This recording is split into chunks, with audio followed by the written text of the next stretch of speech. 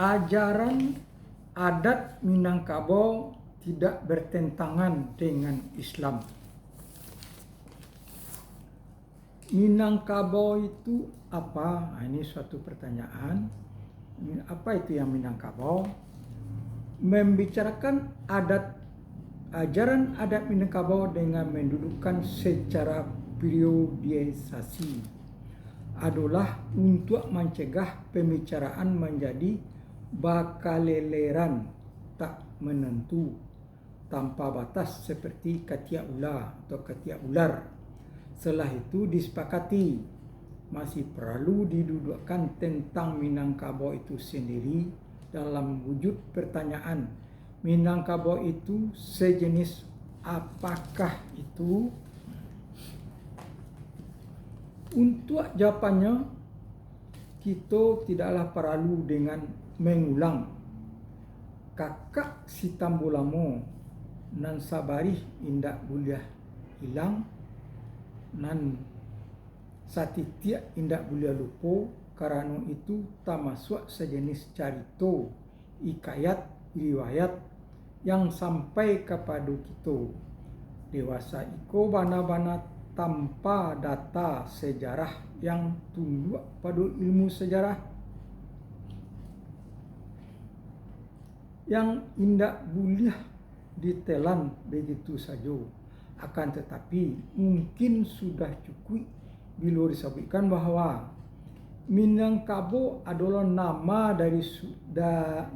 dari salah satu suku bangsa di Indonesia dengan suatu tatanan bermasyarakat yang mempunyai corak khusus, terbanyak mendiami daerah yang kini disebut Sumatera bagian tengah.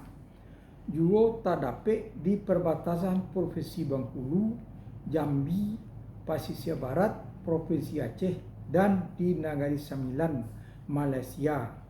Sebagai ras termasuk ras Melayu pertengahan yang tidak murni lagi, karena telah lama bersimilasi dengan ras lainnya.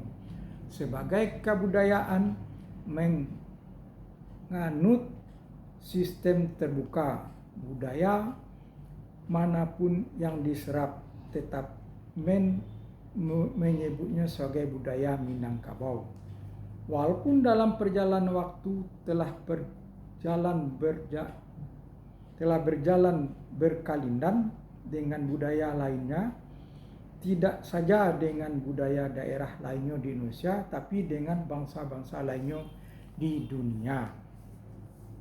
Mungkin kita lengkapi atau mungkin juga tidak persis, akan tetapi Allah dapat menggambarkan garis umumnya, dan pada umumnya dugaan masa kini yang disebut Minangkabau ialah apa yang terdapat di antara sebingkah tanah dengan batas peta yang bernama Provinsi Sumatera Barat.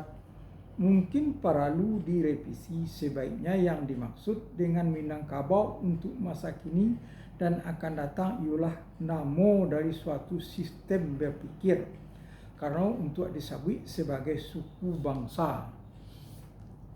Bana-bana sudah tidak dapat dipertanggungjawabkan lagi dikarenakan banyak faktor penyebab, antara lain melalui perkawinan dengan sistem terbuka. Secara basiloroh sudah dikenal istilah Jamin, Jawa Minang, Cimin, mungkin Cina Minang, Nimin, dan lain-lain, yaitu akibat lamanya orang-orang dari Pulau Jawa menetap dan beranak pinak di tengah masyarakat Minangkabau. Mereka beradaptasi dan meleburkan budaya bawaannya. Akan tetapi lagi disebut demikian terhadap mereka yang sudah menjadi turunan kesekian. Sabitlah dengan rombongan Panglima Sentot Ali Basar.